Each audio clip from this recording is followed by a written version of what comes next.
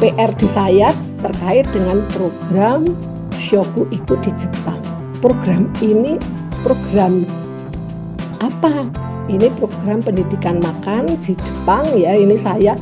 Kalau tadi kita ya isi piringku khususnya atau gizi seimbang di Indonesia yang mengeluarkan itu adalah Kementerian Kesehatan. Kalau di Jepang yang mengeluarkan ini Kementerian Agriculture, Kehutanan dan Kelautan. Ya. Nah, ini mari kita cermati ya bersama-sama panduan makan Shokuiku. Ternyata yang pertama, ya ini kan ada 10 nih panduannya. Yang pertama itu adalah menikmati makanan, ya.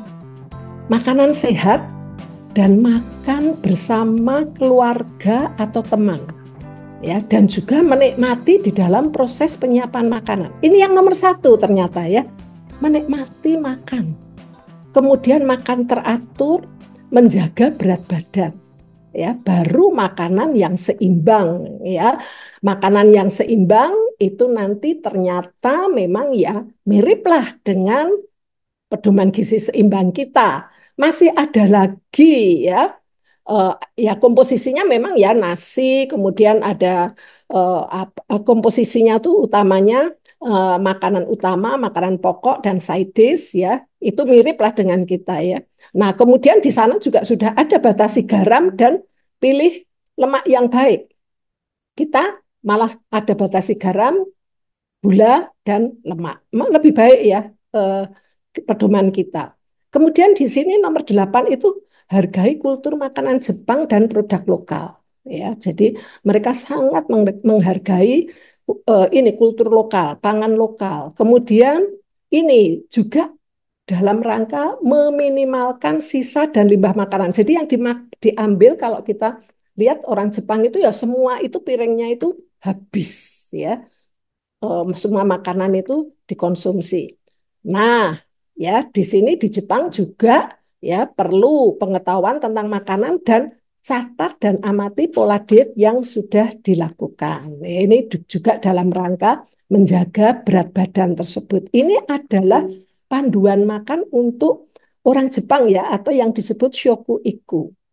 Ya, ini hampir mirip lah dengan kita ya ada staple dish ya makanan apa namanya di sini mungkin ini ya nasi ya nasi kemudian nah makanan utama ya kalau main dish itu mungkin lauk kalau di sini nah side dish ini yang vegetables apa fruits dan sebagainya mirip dengan kita. Nah ini kalau kita sandingkan ya pedoman gizi seimbang dan juga dietary ya, pattern Jepang ini juga komparabel lah.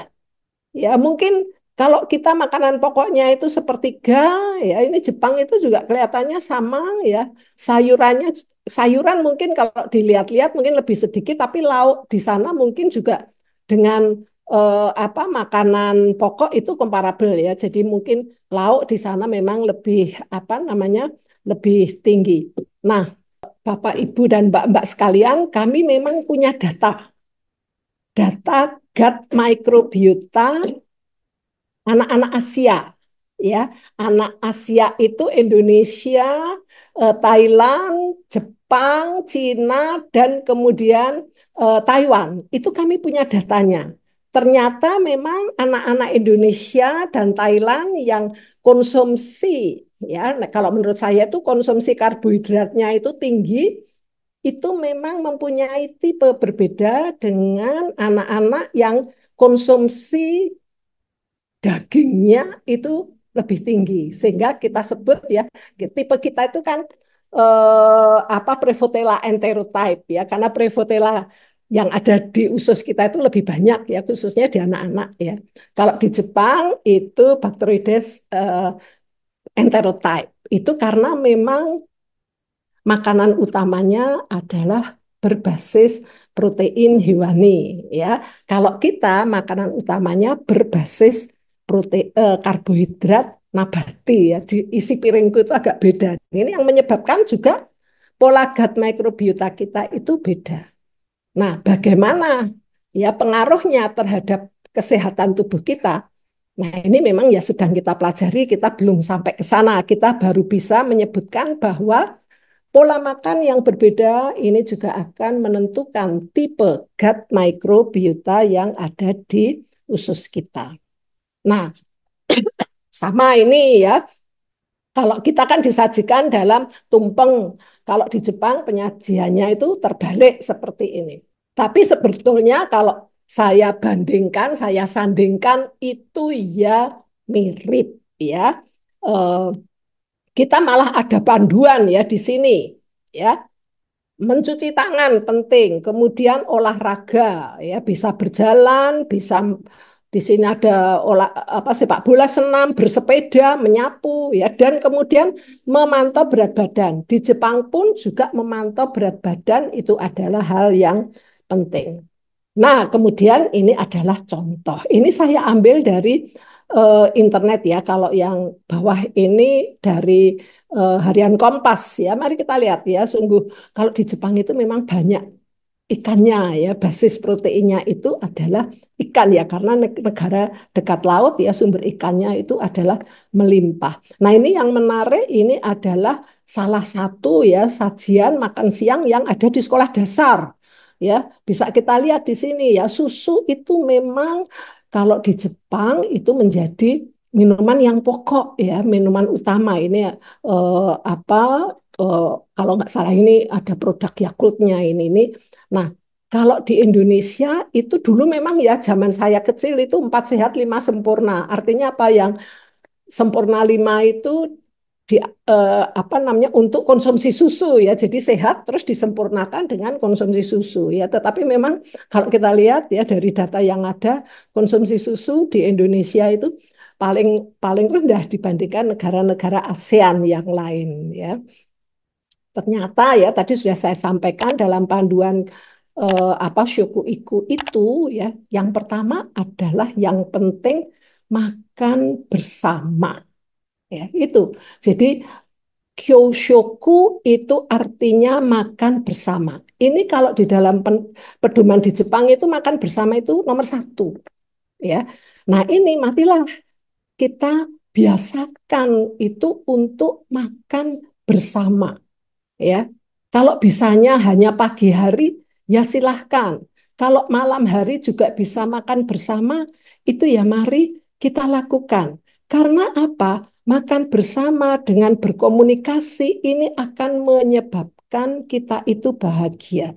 Ya, dulu ibu saya itu selalu memberi wejangan. Ya, kalau makan tuh jangan buru-buru.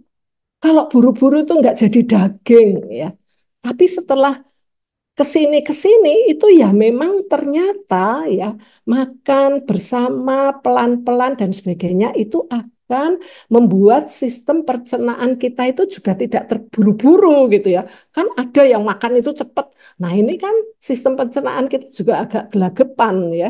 Kalau kemudian kita makan dalam kondisi yang cepat-cepat. Oleh karena itu orang tua menyebutkan kalau makan cepat itu nanti nggak jadi daging katanya seperti itu ya.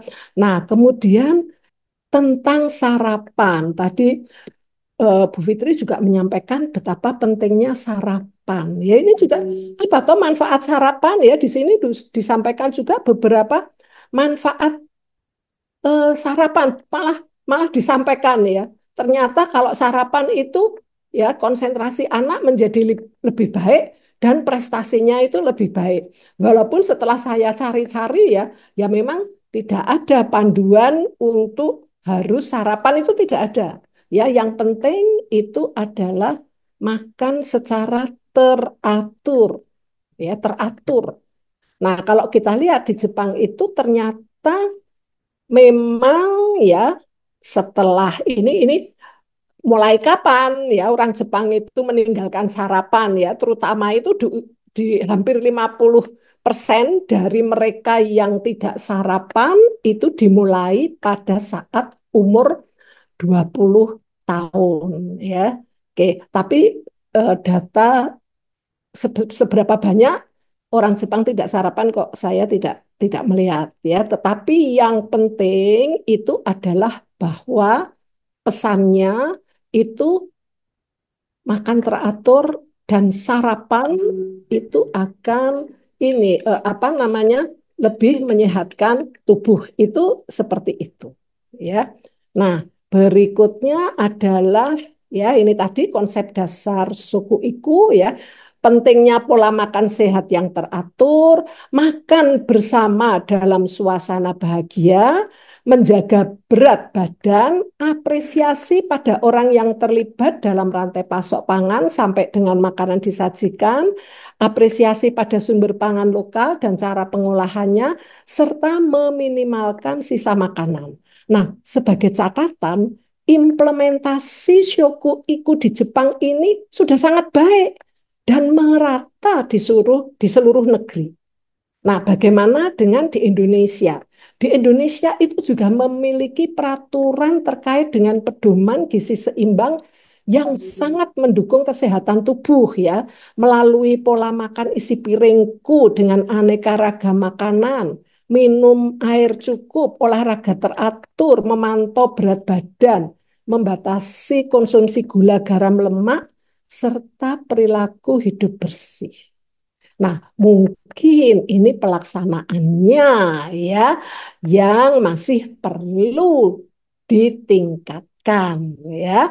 Nah, ini juga ada tambahan nih dari saya. Probiotik ini diketahui dapat menjaga kesehatan usus melalui keseimbangan gut microbiota.